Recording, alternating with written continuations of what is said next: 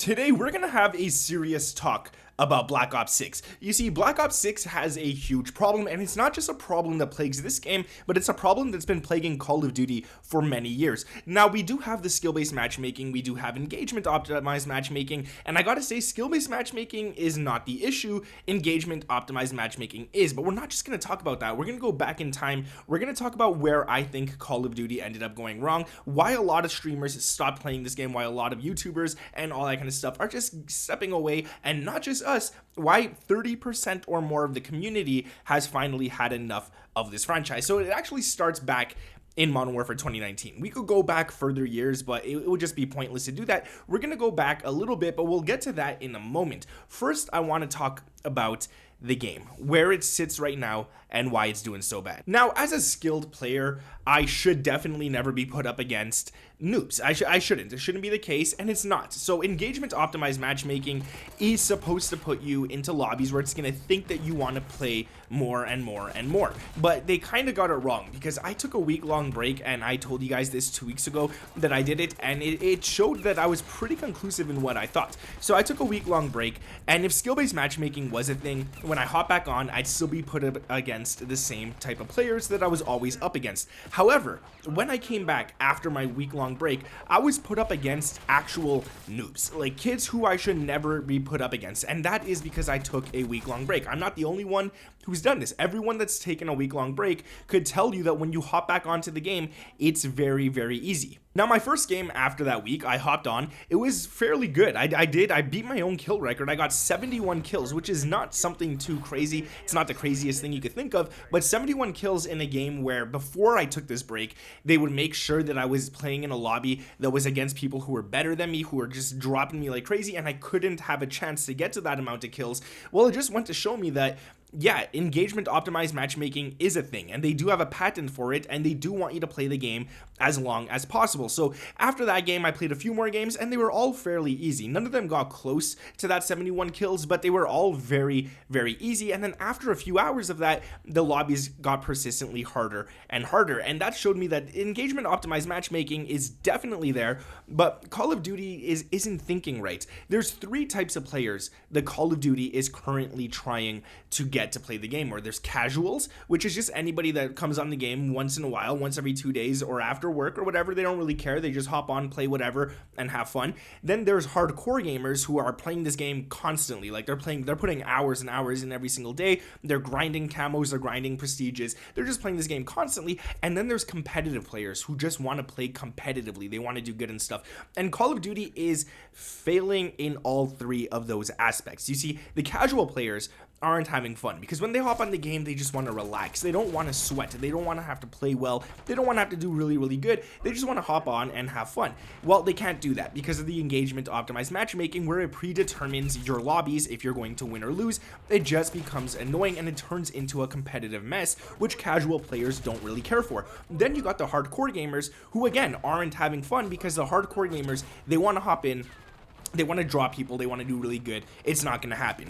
They're going to spawn you in front of enemies to determine when you die. They're going to spawn enemies near you if you're playing too good. So the hardcore gamers are having a pretty bad time at that as well. But then you got the competitive players who are playing ranked, Warzone ranked, multiplayer, whatever it is in Call of Duty Black Ops 6. They are playing ranked, and it is plagued with hackers. You can't do much in ranked right now. If you're playing ranked and you're in the higher ranks, there's going to be a hacker in almost every single lobby you get into, and for some reason, Call of Duty doesn't think it's important to have an updated anti-cheat. That's one thing that I want to talk about, and the anti-cheat is just, it's not there. They say it's there. They say that an update to it is coming at the end of January, but at the moment, the way it stands, Call of Duty's dying. They got to come out with it fast. They need to do it quick. They need to do it like yesterday, and they haven't. So that's something right there. So you got the casuals not having fun, you got the hardcore gamers not having fun, and you got the pro players, or the ones who are trying to be pro players, or just the people who like competitiveness.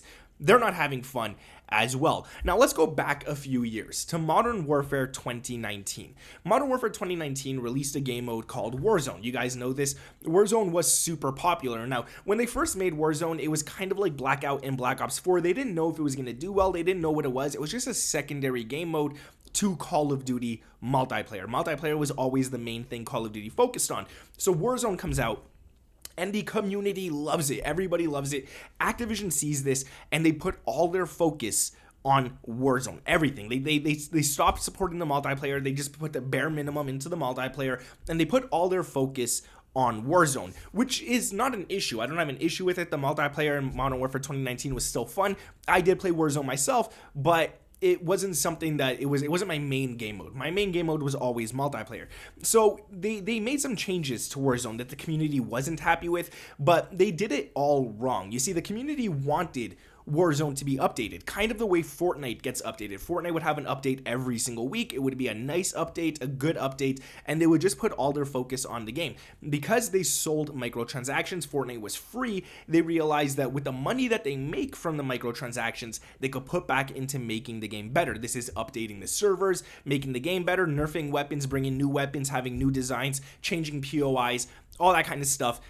Call of Duty didn't do that. They did it at the bare minimum. You see, Call of Duty, they did have some updates, but they wouldn't have huge updates. They would only have a huge update once a year when the new Call of Duty would release. They would change the map in Warzone, which was a big mistake. Nobody wanted it. Verdansk was good. It was getting tiring, though. No, people were getting tired of Verdansk. You can't admit it, but it is the truth. A lot of people were getting tired of it.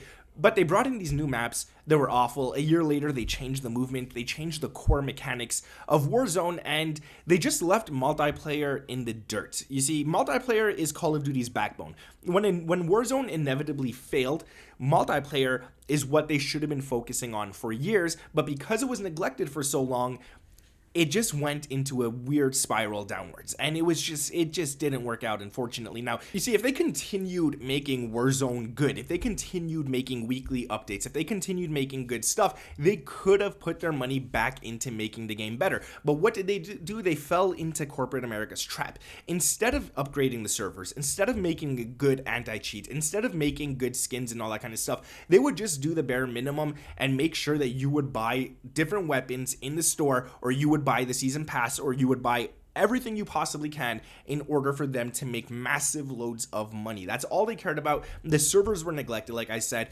Everything was neglected. The amount of hackers that came in, the amount of ignorance Activision had towards the community, because the community wanted changes and they would just ignore it, because to them, making a fat stack of money and filling up their pockets was the most important thing. Whereas if you had updated your servers, if you had updated everything, and you had weekly updates, and you brought back Verdansk a lot earlier than this year, 2025, the game would be in a much better place overall. The player base wouldn't have dwindled like crazy, and the player base would have it would have probably went down, because that's what happens with games, but they would have had a consistently large player base where they wouldn't have people quitting like crazy nowadays, which everyone seems to be doing, because Call of Duty is doing the bare minimum they possibly can to try and keep players on. Now, they also have another issue. They don't listen to the community. The community is what makes or breaks a game. They don't listen to a single thing the community wants. They listen to their data, and they say that their data proves that the game is popular and the game is doing better and better year on year, which give it some time. Give it the benefit of the doubt. It is Call of Duty. It is going to do good year after year. It is going to sell more copies year after year,